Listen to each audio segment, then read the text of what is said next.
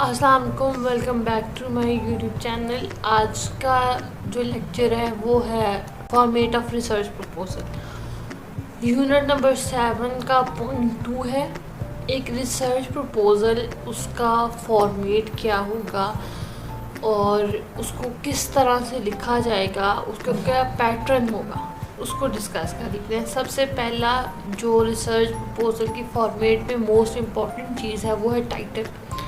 अब टाइटल आपका जो है वो रिसर्च उसका आपको फोकस करता है कि आपने क्या चीज़ लेके किस एरिया पे आपने रिसर्च किया है, और जो टॉपिक या टाइटल है वो बड़ा क्लियर होना चाहिए, वो बड़ा कॉन्साइज होना चाहिए और अकॉर्डिंग टू द एरिया, जिस इलाके में आप रह रहे हैं, जिस जगह पे आप वो स्टडी कंडक्ट करना चाह रहे हैं, वो टाइटल उस जगह के मुताबिक हो। लाइक आपने वहाँ पे रूरल एरियाज़ के अकॉर्डिंग आप जो है वो रिसर्च करना चाह रहे हैं, तो आपके जो टाइटल के साथ रूरल एरियाज़ का वर्ड है वो वहाँ पे आपकी असेस भी हो रूरल एरिया तक। Number 2 is introduction. अब इंट्रोडक्शन का जो सेक्शन है वो रिसर्च प्रॉब्लम उसमें इंक्लूड होता है। आपने क्या जो टॉपिक है, आपका जो टाइटल है, उस टाइटल से आपने रिसर्च प्रॉब्लम बनाया। देन उसके बिहाइंड उसका जो बैकग्राउंड है उस प्रॉब्लम का, आपने उसको एक्सप्लेन करना है। उसके साथ रिलेटेड जितनी थ्योरीज हैं वो आपने इंट्रोडक्शन में लिखनी है। जितनी प्रीवियस रिसर्चेस हो चुकी हैं उस टॉपिक से रिलेटेड आपने वो सारी वहाँ लिखनी है। देन आपने उसका जो लिटरेचर ऑलरेडी रिसर्चेस में डिस्कस हुआ है, आपने उसके गैप को वहाँ पे मेंशन करना है और क्लियरली रिसर्च क्वेश्चंस और रिसर्च हाइपोथेसिस जो हैं वो आपने लिखने हैं, और ये इंट्रोडक्शन का पार्ट है। देन आपके पास आते हैं ऑब्जेक्टिव्स। अब ऑब्जेक्टिव्स क्या हैं? ये स्पेसिफिक गोल्स हैं आपकी रिसर्च के आउटलाइन के। आपने स्टडी में क्या अचीव करना चाह रहे हैं, आपके जो ऑब्जेक्टिव्स हैं वो स्पेसिफिक हो।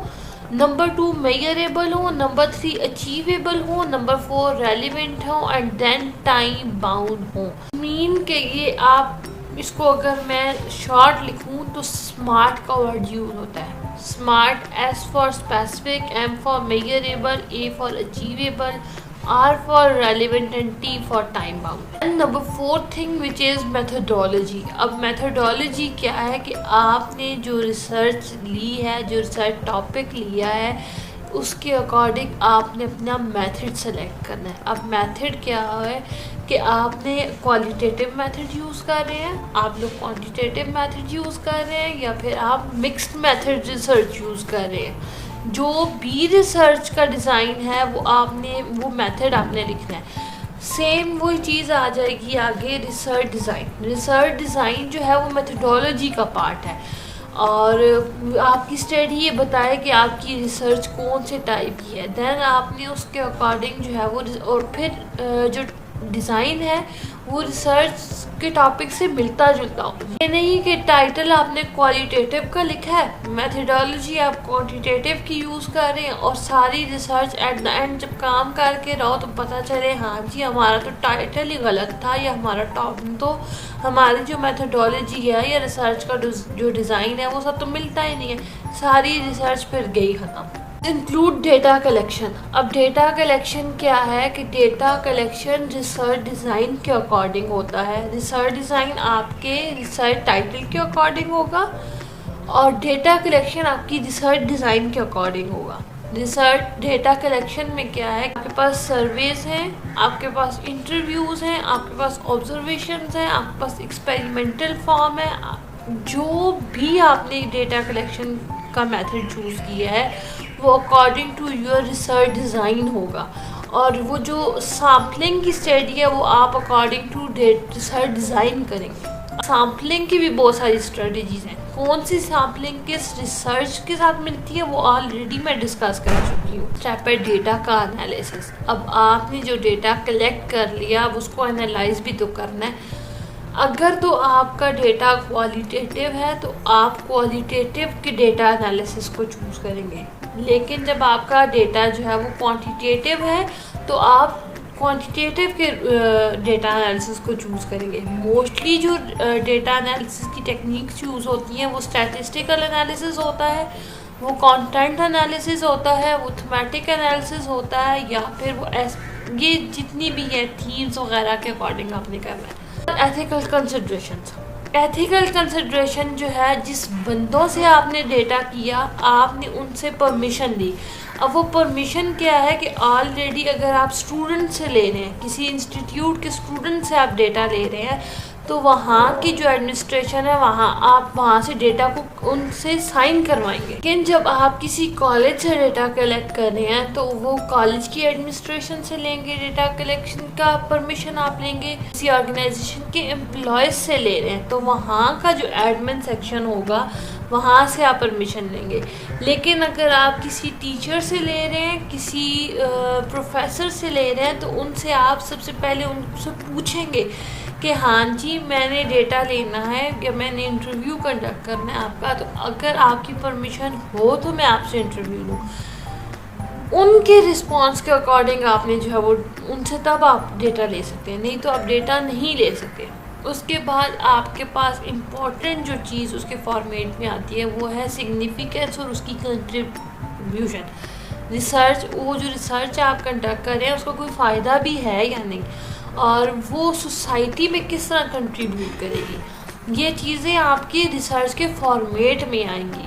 ठीक है, सबसे पहले कि आपकी इस रिसर्च का इम्पैक्ट क्या है, ये स्टडी जो है वो किस तरह से कंट्रीब्यूट करेगी, और उसके अलावा इसकी प्रैक्टिकल इम्प्लीमेंटेशंस के साथ थ्योरेटिकल कंट्रीब्यूशंस क्या हैं। Then timeline, again timeline is most important thing.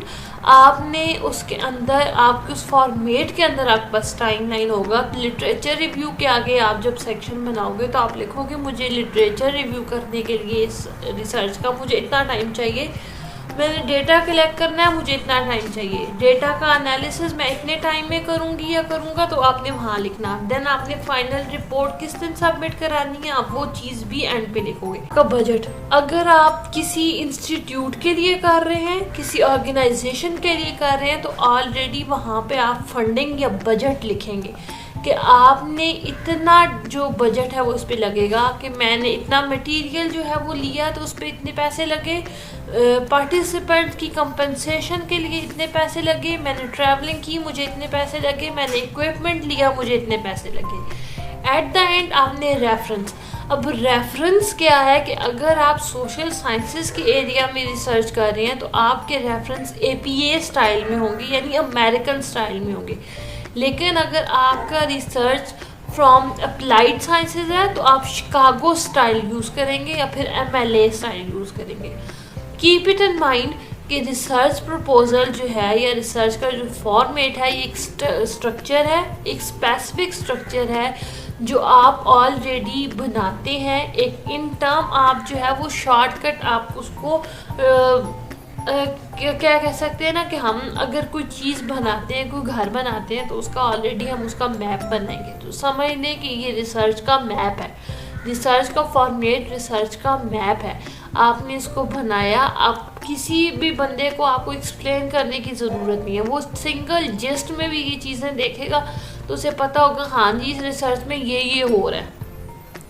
तो समझें कि आपकी ये एक फॉर्मेट है जिसकी बेस पर आपने कंप्लीट रिसर्च कंडक्ट करनी है। होप सो कि आपको ये लेक्चर समझ आया होगा। ये मोस्ट इम्पॉर्टेंट टॉपिक्स हैं ये। इसके अलावा मैं कोशिश करूँगी कि मुझे किसी भी यूनिवर्सिटी का अच्छा सा रिसर्च फॉर्मेट मिल जाए तो मैं उसको आप लोगों के साथ डिस्कस कर लूँ। Will meet you in next lecture, till then bye bye.